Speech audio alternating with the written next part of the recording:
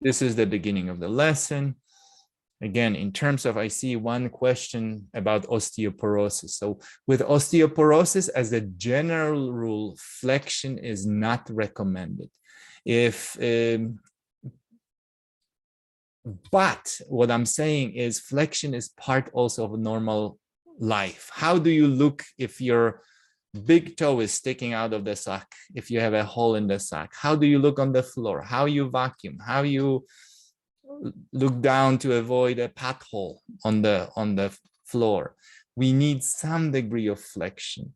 Again, with some very vulnerable spines, it will not be recommended to do what we're about to do. But the way we'll be working on will give you plenty of opportunity to rest, to do smaller movements, to do maybe only 2-3 repetitions rather than 20 or 30.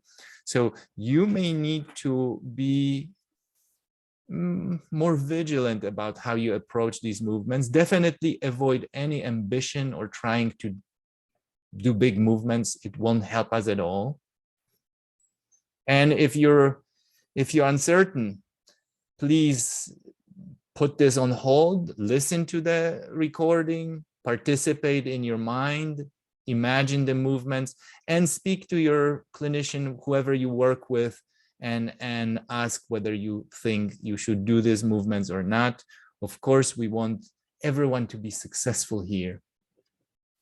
So as you're lying on your back, pay attention to what your contact with the floor is like. You could be lying on the back on the bed, or you could be lying on the floor. You may want to put some pillow underneath your head or pads if necessary. Make yourself comfortable.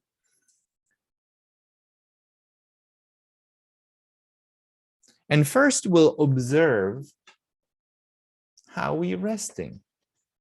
Notice the quality of your rest, because this will also help you navigate to find out if this course is right for you, if these movements that we're doing are good for you, healthy for you, or not. How? By knowing and recognizing, becoming aware of your responses. So what are those responses? Feel how your contact is with the floor. Do you feel like on stilts? Sometimes when we're in danger, we're lying like on stilts. The back of the head, heels, some small spot in the sacrum or pelvis, maybe a couple points on the shoulder blades, and the rest of the body is lifted. Really tonified muscles, contracted the body, back extensors, not allowing the body to sink into the floor. This is in times of danger. If you imagine lying on the glass table that could break, how uncertain you would be, how much you would be bracing yourself, preparing yourself for a fall, what kind of state you would be in. And the second part, the opposite of the spectrum, would be complete melting into the bed, into the floor, into the mat. Feel, where are you at right now? How much of your body is giving into the floor? It can be anywhere between 80% of your body, the back of your body resting, to 20%. 20% when it's more like on stilts, and 80% when we are more like pancakes, lying flat. Observe where you're at. Typically, when your contact is increasing, you're on a good path. When the contact is decreasing, it means that some muscles get tonified, you're bracing, and maybe some kind of protective mechanism. Feel your spine, these 3 regions of your spine. Neck, for sure, is not touching the floor, unless you have some kind of pillow that cradles your neck, the shape, the contour pillow, or if you have a towel underneath. But without anything, your neck is most likely off the floor. This is that arch, this normal curve of your cervical spine. Then notice in the middle section of your back, the middle section, how that part is interacting with the floor.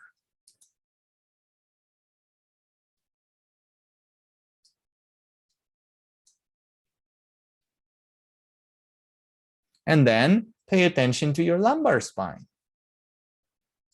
How is your lower back interacting with the floor? For many of us, the lower back is arched. Sometimes the arch is small, proportional to the 40, 45 degrees that we saw in the ideal spine in standing. And for some of us, the lower back is resting. It's closer to the floor. Notice where it's at now. Don't try to change it. Observe.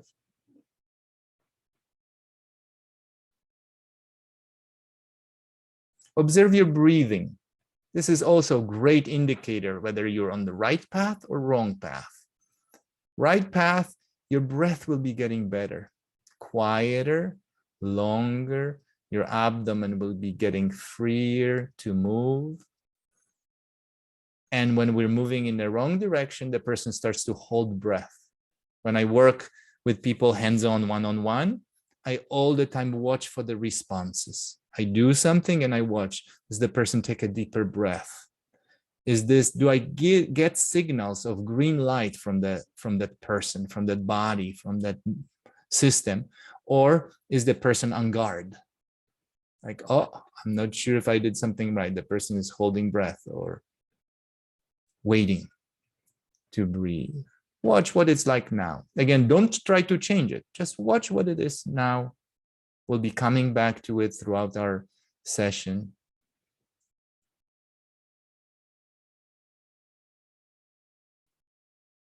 Notice forelimbs, your arms and legs resting.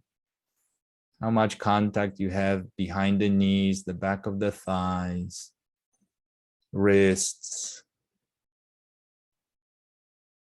Notice your shoulders. Are the shoulders resting on the floor or shoulders lifted?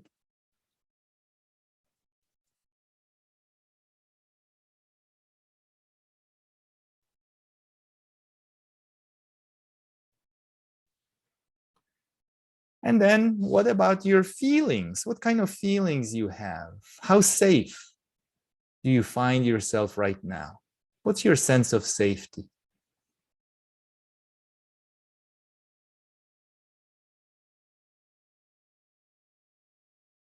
Be with that for a moment.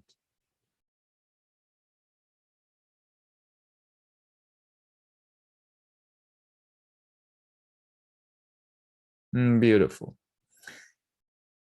Now, please, let's do a test movement. We'll see how we're improving by comparing our initial movements, our initial state, what you were just noticing a moment ago, and the movement. The movement will be lifting of the head. Pick up your head as if you wanted to see toward your feet, and then come back and feel how heavy, how easy, how impossible the movement is for you. Sometimes some of us may feel, oh, it strains my neck so much. Others may feel the head is light, nothing to it. I can look at my feet, no problem at all. Just test it 2-3 times. Notice how delightful this is or how horrible that is. Or there can be somewhere in between. Now, we can always make it worse. Put your arms above your head. Arms up above your head if your shoulders permit that. And now feel, but on the floor, the hands on the floor above you. The elbows can be slightly bent. And sense, if you were to lift the head now, would you say that help it or that make it worse? Feel how you lift your head without lifting your arms. Arms stay up, arms stay up. For most of us, we'll find out, oof, that's not so nice. That's not so good, right? The movement gets harder. So if things can get harder, things can get also better. Put your hands down now. And please bend both of your knees. And feel that as you bend your knees, your spine already went to flexion, right? Your lower back is a little bit flatter. Your pelvis is tilted backward. Test it. Straighten your legs. Feel when the legs go down, they pull your pelvis forward and down, and that lifts your lumbar spine. Your lumbar spine is not as flat when the legs are long. Now bend your knees and feel your lower back coming a little closer to the floor. Can you feel that? This is already flexion. This is already movement toward extension when the legs are long, or toward normal lordosis when standing, and toward flattening of the lordosis toward flexion. Feel movements like this we do thousands of times, and we don't think of it, oh, this is flexion, this should be good for me or should not be good. We should be able to do these things without any trouble. Of course, there are times where this is trouble. If you have acute disc, even straightening the knees is not possible, or bending knee may trigger pain responses. Now, please interlace your fingers and put them behind your head. Interlace your fingers, put both hands under your head, not under the neck, but under your head. And test now the movement of lifting the head while the hands are helping, and then come back. Now, listen to whether when you do this movement, is there an element of compression? Remember when we did it in sitting, and I told you that the compression breaks spines, can break bones, that can break tissues, can break fencing weapons. When you're lifting your head, do you have a sense of you pushing the head into the pelvis, you're jamming it? Sometimes when we work hard, when you try to do some kind of sit-up and you're trying, efforting to the maximum, you will get this compressive force. Or whether you can lift your head without head being pushing on the spine. Sense that for a moment. What's your feeling of the movement? That's lovely. How much of your skeleton is lifting your head? Remember that slide with green fields where each segment of the spine was showing how much it's moving forward and back, that C5, C6 moving the most of our spine. Feel, when you're lifting the head, how much of your whole spine, 24 vertebrae, is lifting your head? Some of you will find, oh, I don't know, I have no idea, or I feel just this jackknifing in my neck. I feel practically all movement just in my neck. Just watch. What do you do? What's your initial state?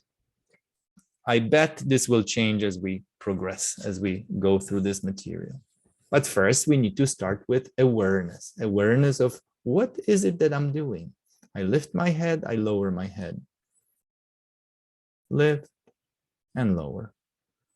Good. Stop, straighten your hands down at your sides, straighten your legs if you're comfortable with your legs long.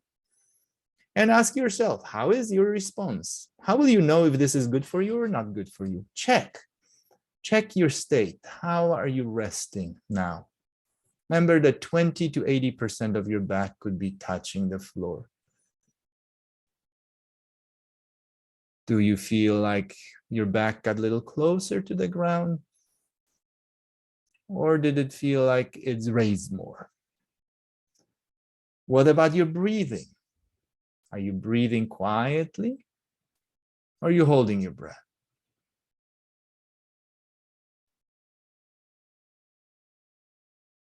What's your sense of safety, security? How safe are you now? And of course, the changes may be not significant. Many of you will find, I don't know if anything changed in my back.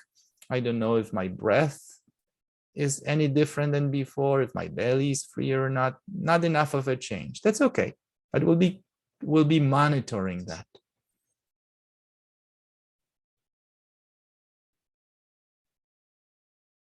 Observe your breathing. As you're lying on your back, feel in breath and out breath. You're still lying with your legs long. And watch the breath coming in and you letting go of breath. Inhalation is an active process. Exhalation is a passive process. You're not, in other words, you're not forcefully breathing out. It'd be different if you exercise and you're running or something and you need to expel the CO2 faster. So therefore you actively push out, push out, push out, push out the air. But here, as we're resting, inhalation is active, exhalation is passive. Please bend both of your knees. Interlace your fingers again behind your head. Lift your head and watch what you do with your breathing when you lift your head, and then come back. First, what you do spontaneously. We always start with that. Often people, when they come to see us, they ask, how should I breathe? How should I do this? How should I bend? Should I bend in my hips? Should I bend my spine? First, we go with, what are you doing? What do you do when you don't think? What's your normal way? You lift your head and feel. You have three choices. You can exhale, you can inhale, or you can hold your breath while you're lifting your head. What do you do? What's normal?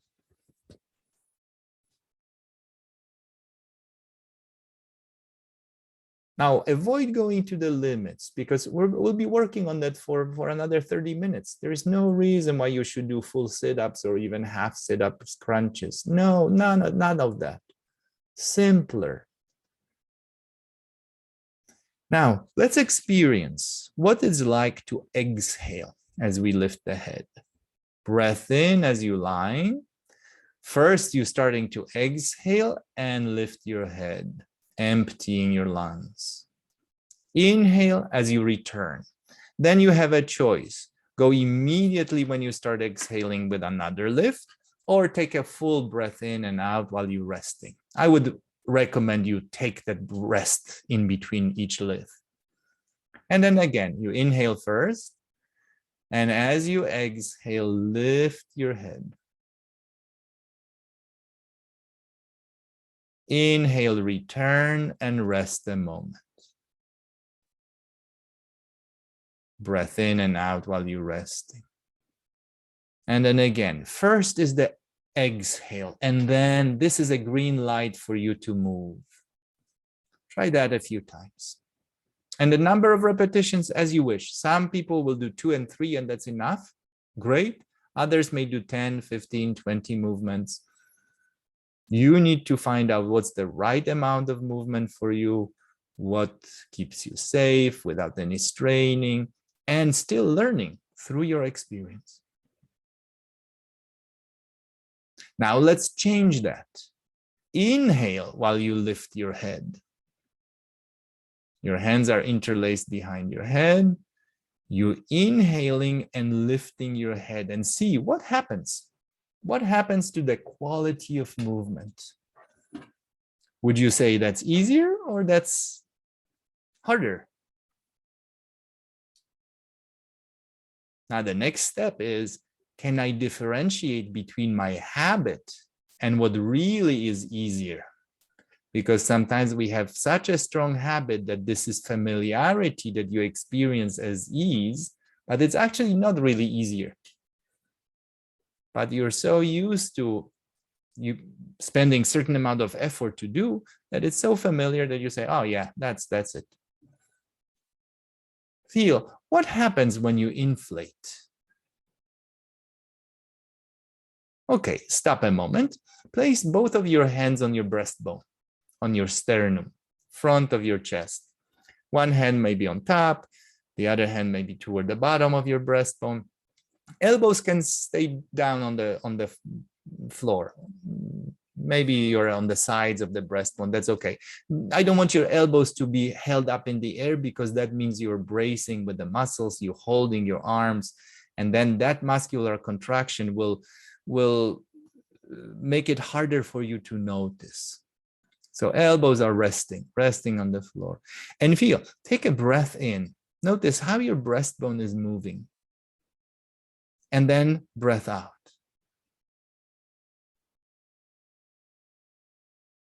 Keep breathing and notice, can you detect motion of your breastbone forward toward the ceiling and then backward toward the floor or toward the spine? Forward toward the ceiling and backward toward the spine. Then there is another element. It's not just pure forward. It might be forward and up a little bit. Can you feel your breastbone lifting a little bit toward your chin when you inhale? And exhale, your breastbone glides away from your chin downward toward your pelvis, toward your belly. Of course, the movement is small, but see if you can detect it. Your breastbone gliding, combination of forward and up, backward and down. Back and forth, a few more movements. Make it so it's obvious. Some of us breathe with belly only and chest practically doesn't move. And some of us even cherish it because we learned that diaphragmatic breathing is supposed to be good for us. But after all, your lungs are in the chest.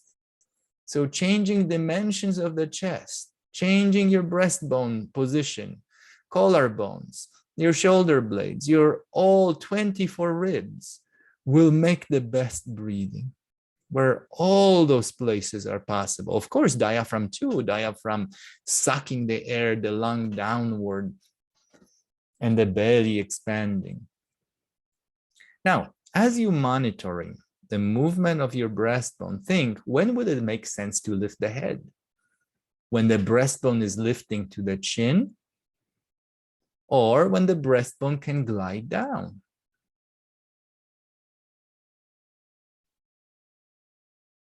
Interlace your fingers, put them behind your head. Don't lift your head yet.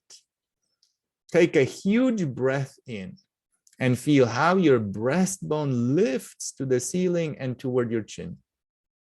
Huge inhale, and then exhale. Again, inhale, big in-breath, and exhale.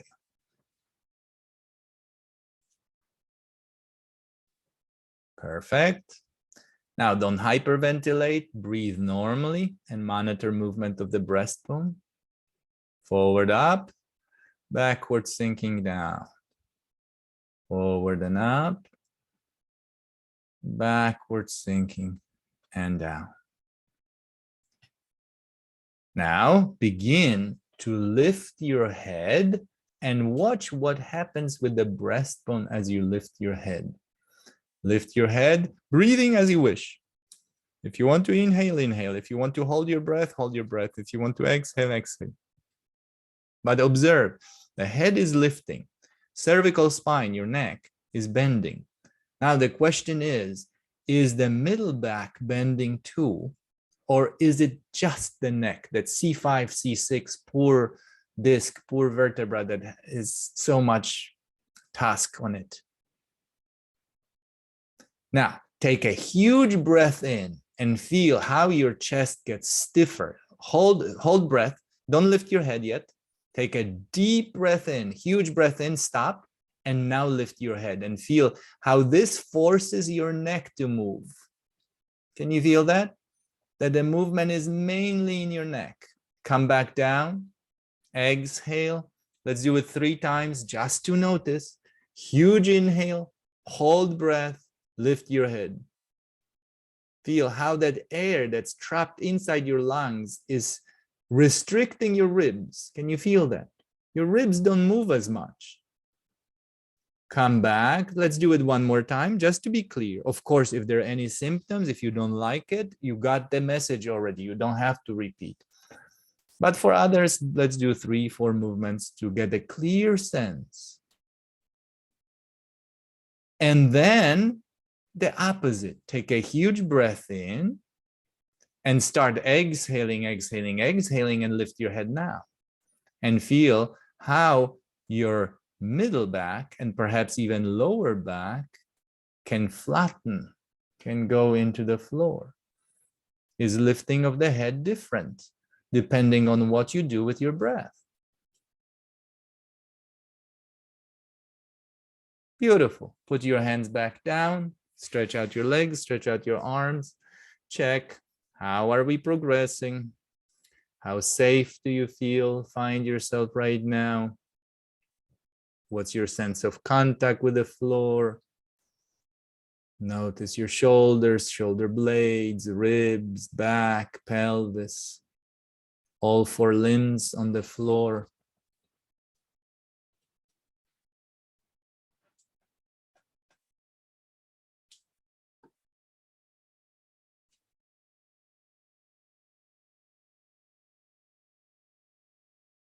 Quality of your breathing, is this different? After you paid attention to your breath, is your breath a little lighter, a little easier to draw in, to let it out?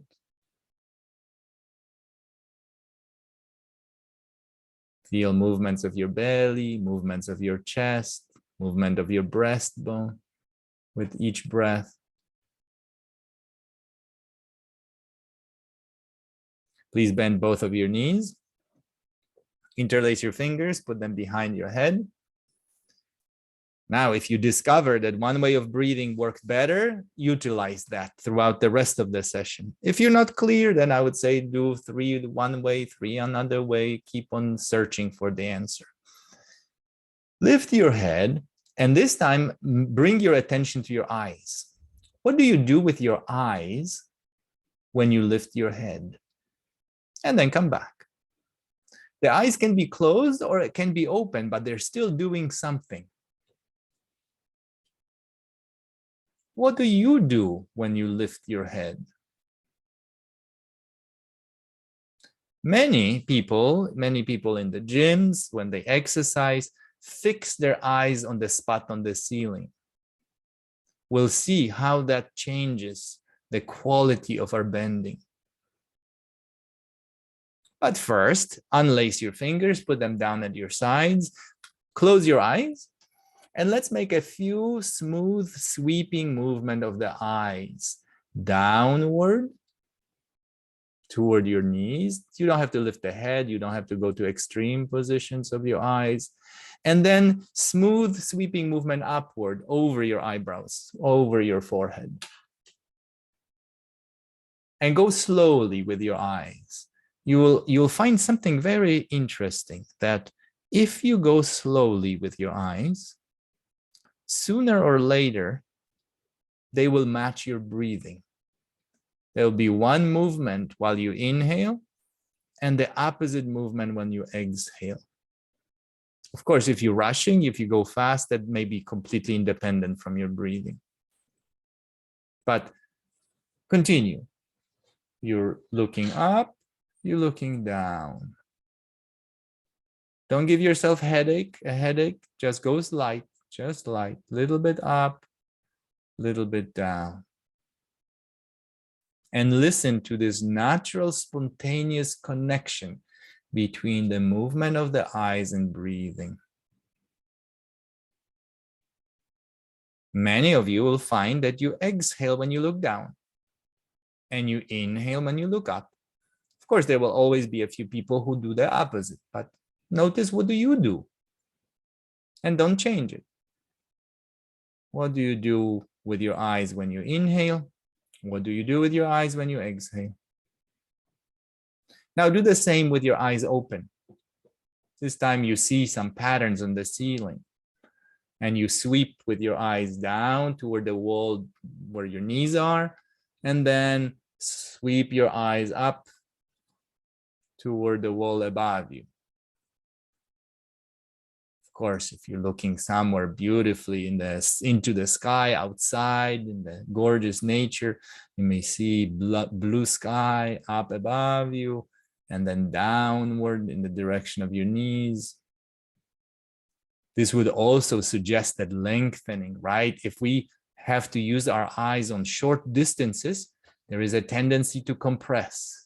That's why it's so important that we give our eyes distance from time to time during our days, especially for those people who work on the computers, where your vision is only on the short distances. You want every 20 minutes or so for 2 minutes to look through the window far, far into the distance. Great. Interlace your fingers. Let's see what it feels like to move your head. Your breathing, as you already discovered, is working for you well. Lift your head and move your eyes down toward your knees or toward the space between your knees. Lower your head, bring your eyes back to line of horizon, your horizon straight on the ceiling. And do this again. Some people 3 times, that's enough, others 10 times. It's not important. As long as you keep your attention of movement, as long as you make it within the range that feels good to you, you can't go wrong. Your eyes look down when you lift your head, your eyes return. In fact, can you detect that the movement could be leading, the eyes could be leading the movement? It's your eyes that lead lift of the head and return of the head. Smooth, sweeping movement.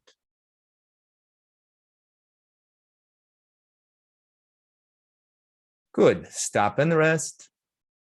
Stretch out your legs. Again, check with yourself. How is the process for you? Yay or nay? Am I feeling nicer? Am I feeling better? Am I feeling more confidence, quieter? My breath starting to get normal as I want it to. My contact with the floor, flatter, wider, simpler. Or is my nervous system bringing me to state of alert? Like, watch out, dude. Watch out, what are you doing? And the body gets tense, breath is held, feelings are stirred. We want to be able to read those symptoms, those signals from the body. So then we can utilize training properly. I'm on the good path, or I'm pushing too hard. I'm lifting my head too strongly. Feel how you can judge through the responses from your own body. Please bend your knees, interlace your fingers, put them behind your head. Fix your eyes on the spot on the ceiling, like I said, many people who do crunches do. And go ahead, lift your head while the eyes are fixed on that spot. Can you feel what happens with your flexion? Can you feel what happens with the weight of your head? With the quality of movement? Can you sense that having eyes fixed creates a little bit of strain?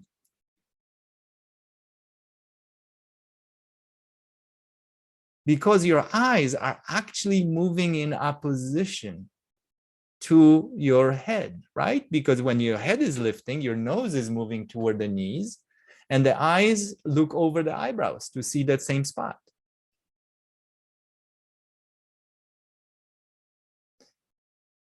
Now, let's go further into the complexity levels. Let's actually move our eyes down when the head is on the floor. So you're looking down toward your knees or somewhere down. Imagine if you were wearing glasses, you look under your glasses when the head is down on the floor. And when you lift your head, look with your eyes up above the glasses. And then when you return your head, look down. And feel funny sort of thing. Can you sense how this restricts your movement? Your head lifts, eyes look up, head returns, eyes look down. Your eyes and neck muscles move in opposition.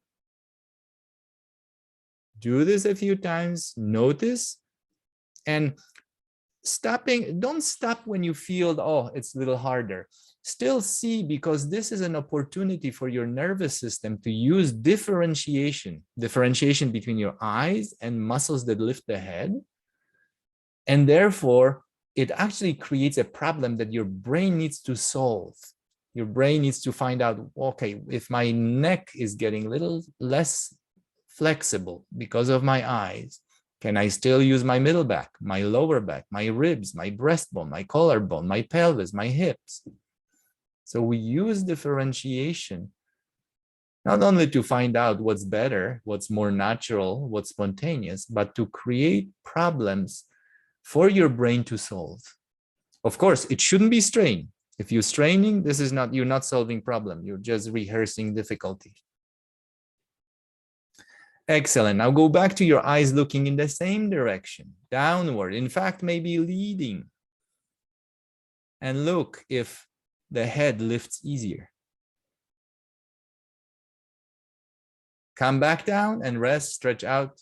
Maybe roll your head a little bit right and left. If the neck is a little strained, you can massage your neck. Give yourself a moment to rest. And think about this. This was interesting that it wasn't even skeletal, what we just did. From the orthopedic point of view, it shouldn't make a difference what you do with your eyes. Because in terms of your bones, skull and atlas and axis and all cervical vertebra and thoracic and rib cage, all of them are moving. All you differed was your eyes. So the difference was really neurological difference in your nervous system rather than in bones or skeleton. At the beginning of the session, I said that our goal will be to distribute the movement so beautifully throughout your whole system, the entire spine, the entire skeleton, that no place will need to strain. And here is not only skeleton we want to involve, but you want to involve your eyes. You want to involve your vision in movement.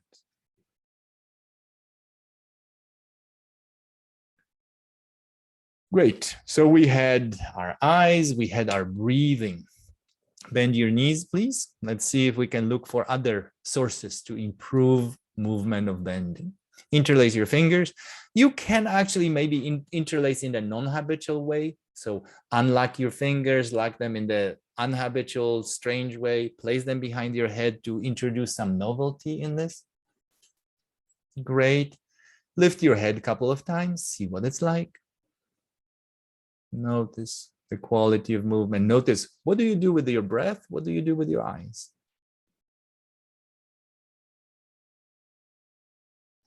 Now, the third element. Notice, what do you do with your elbows when you lift your head? What do you do with your elbows when lifting the head?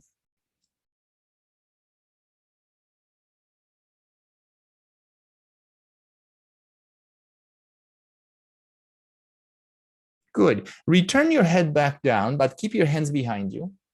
Keep your hand behind your head. And begin to make a movement of bringing your elbows toward the ceiling or toward each other. And then opening the elbows apart to whatever is comfortable. Some of you may feel shoulders vulnerability, some frozen shoulders, some injuries of the shoulder. So you may not be able to open your elbows so wide. Always adjust to your comfort. If putting both hands behind your head is a no-go, put one hand under the head. You always have choices. You don't have to rehearse something that triggers pain. Elbows come forward, elbows go apart. Notice what happens to your spine of the middle back, the spine between your shoulder blades, when your elbows come forward as if to touch each other. Of course, don't stretch, don't push. It's not important. That movement is happening right from the beginning. You don't need to touch your elbows to discover that the spine is coming closer to the floor. And feel when elbows spread apart, the pressure of the spine is decreasing in between your shoulder blades. Can you feel that? Elbows hang out to the sides, the spine presses less. And elbows come forward and spine like a hammock is going into the floor. Back and forth a few more times. Now, another thing, pay attention to your shoulder blades. When do your shoulder blades spread apart? and when your shoulder blades come toward your spine or toward each other.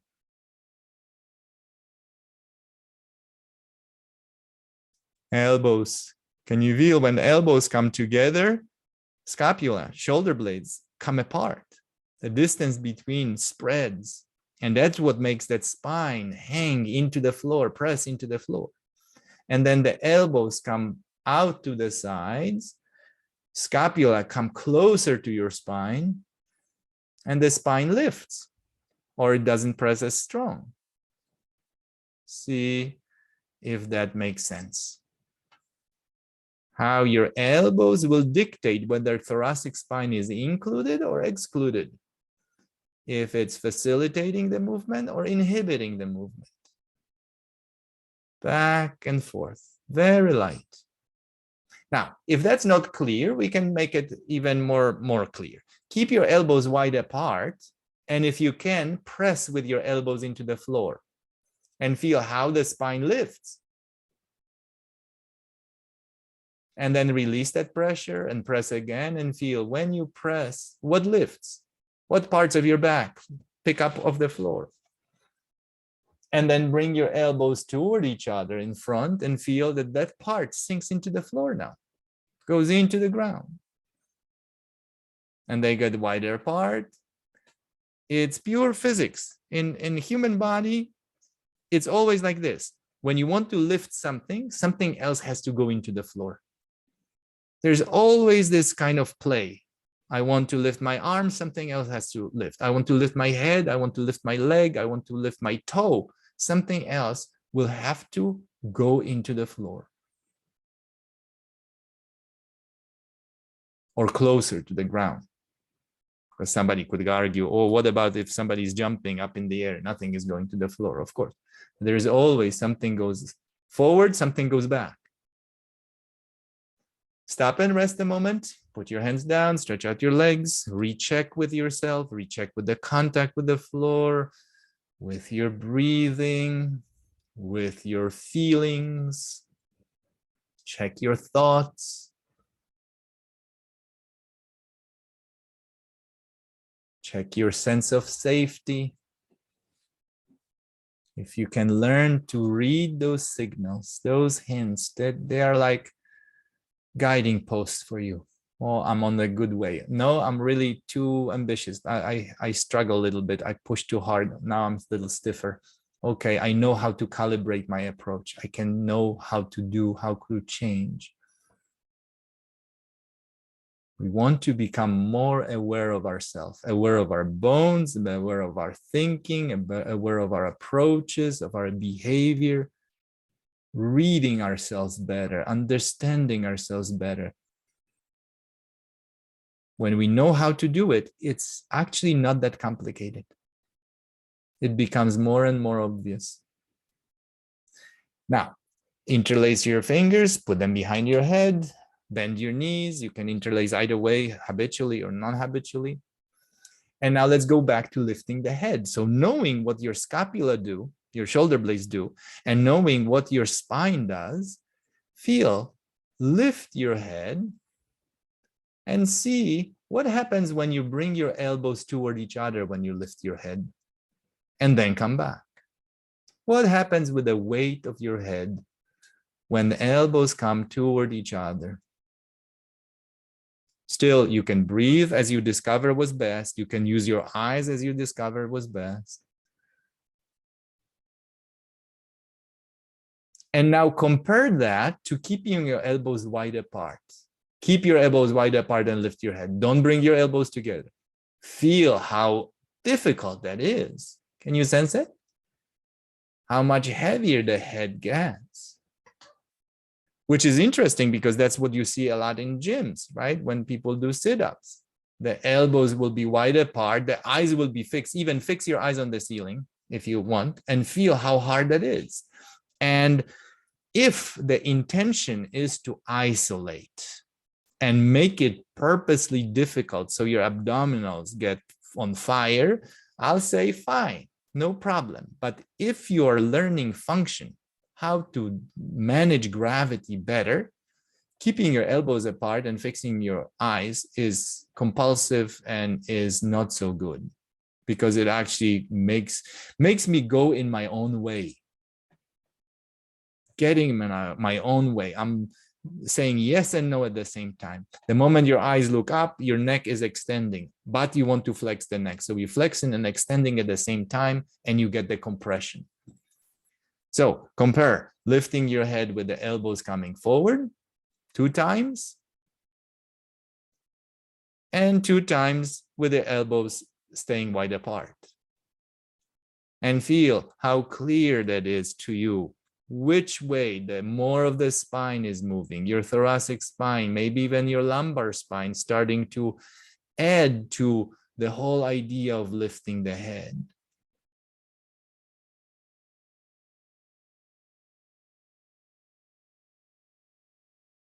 Of course, you will see with this lifting of the head, we're activating abdominals, right? You're activating your belly muscles, your oblique muscles, your rectus abdominis in the center.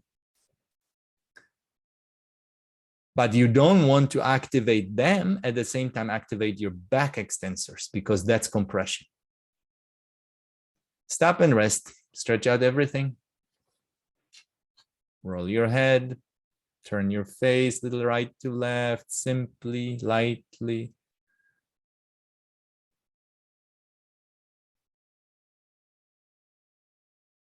We'll use one more element today. So we had our eyes, we had our breathing, we had the upper back and middle back with shoulder blades spreading and coming closer together. Let's see, what about the lower parts of our spine, our lower back, and perhaps our pelvis? Bend both of your knees and very gently tilt your pelvis a little bit back and tilt a little bit forward. Kind of the pelvic tilts that familiar from many exercises, from the pelvic clock movements in the Feldenkrais method, tilting the pelvis forward and back. When the pelvis tilts back, your lower back flattens. When the pelvis tilts forward, your lower back picks off the floor, arches. Can you feel that? You go back and forth like this a few times within the range that feels comfortable. Again, no reason to do anything that's against your comfort. Tilt the pelvis back, tilt the pelvis forward, tilt the pelvis back, tilt the pelvis forward. Now, there'll be something interesting and somewhat confusing, because watch what happens with your chin when you tilt your pelvis back and when you tilt your pelvis forward. Many of you will notice that when the pelvis tilts forward, lower back arches, and that drags your chin. It pulls your chin to chest. And then when you push your pelvis backward into posterior tilt, your lower back flattens and there is a push that makes your chin go away from the chest. Can you feel that? That your chin and your pubic bone are actually doing the same thing. They both tilt up or tilt down, tilt up, tilt down. Do this a couple more times, back and forth to make it a little clearer. Pelvis rocks back, rocks forward. Neck is either chin pushed away from the chest or pulled toward the chest.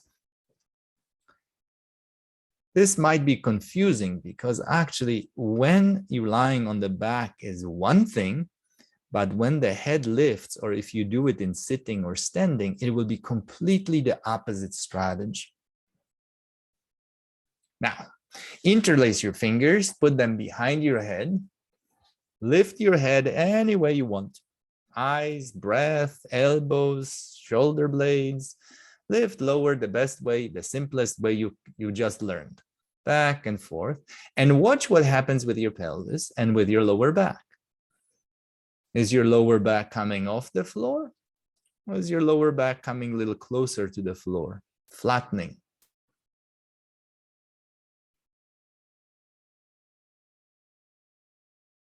Beautiful.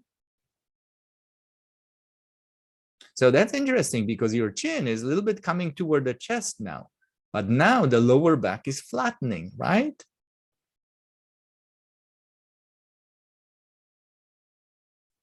Stop for a moment, keep your hands behind you, tilt your pelvis forward, arch your lower back.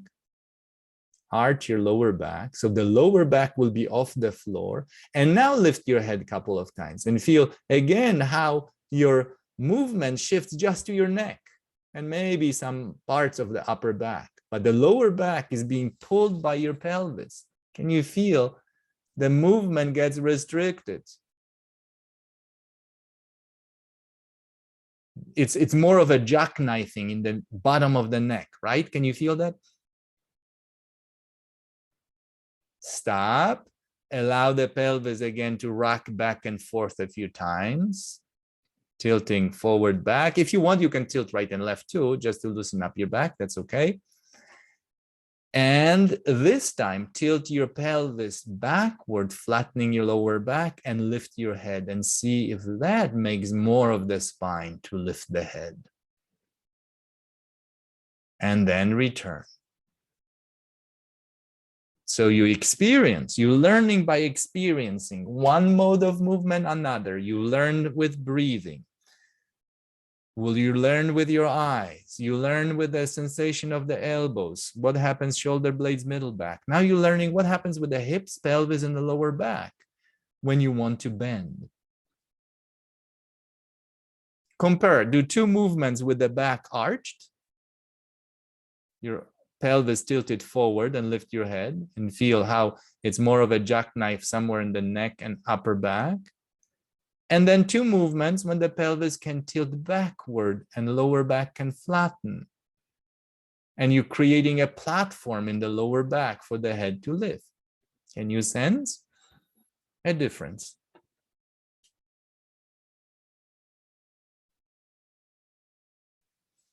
Terrific. Leave it all alone. Straighten your legs, straighten your arms, roll your head right and left to loosen up your neck.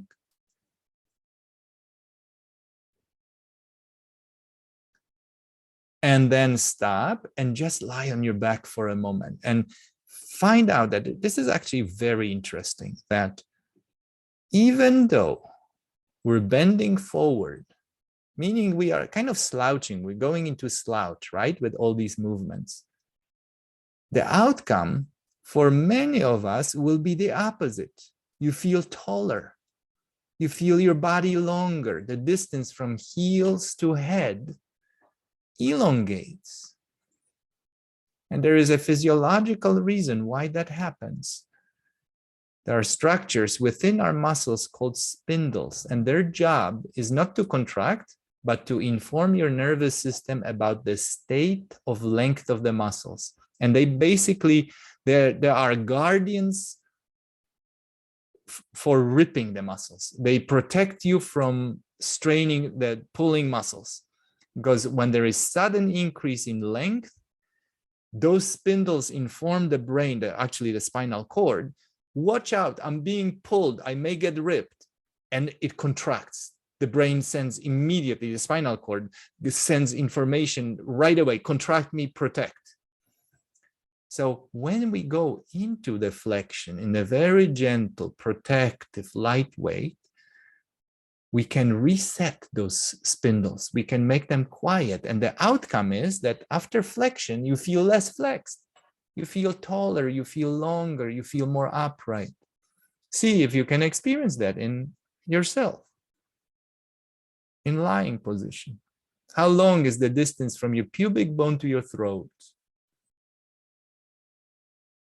From your tailbone to the back of the head.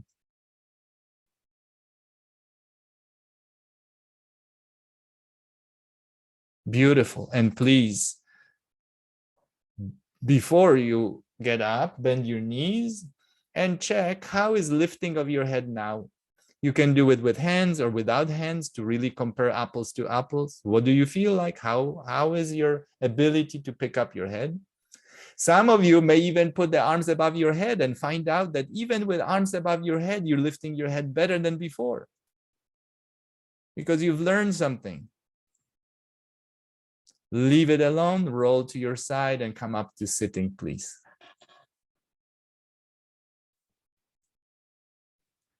Slowly, in your own pace, sit up. And then stand up. You might feel a little lightheaded. You may want to wait a moment before you get up, and then get up and watch how upright you feel right now. Remember that ideal spine from the PowerPoint at the beginning of the session. Are you a little taller? Are those curves more uniform? Lower back, middle back, neck. Can you see eyes on the horizon? How easy is it for you to carry your head on top of your spine? Can you feel the length of all these front structures, like your abdomen, like your pectoral muscles, all these muscles that can slouch us to make us pull us down? Feel if those spindles have been reset and you feel a little taller. Curiously so. Walk around, please. And as you're walking, feel how you carry yourself in walking.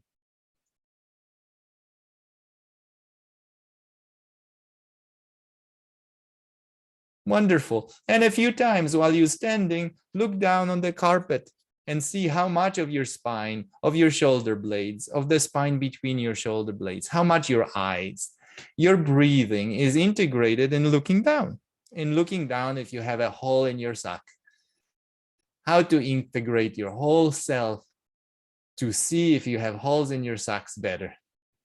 How beautiful is that? Excellent. Very good. Come back to sitting in front. We'll have a questions and answers session.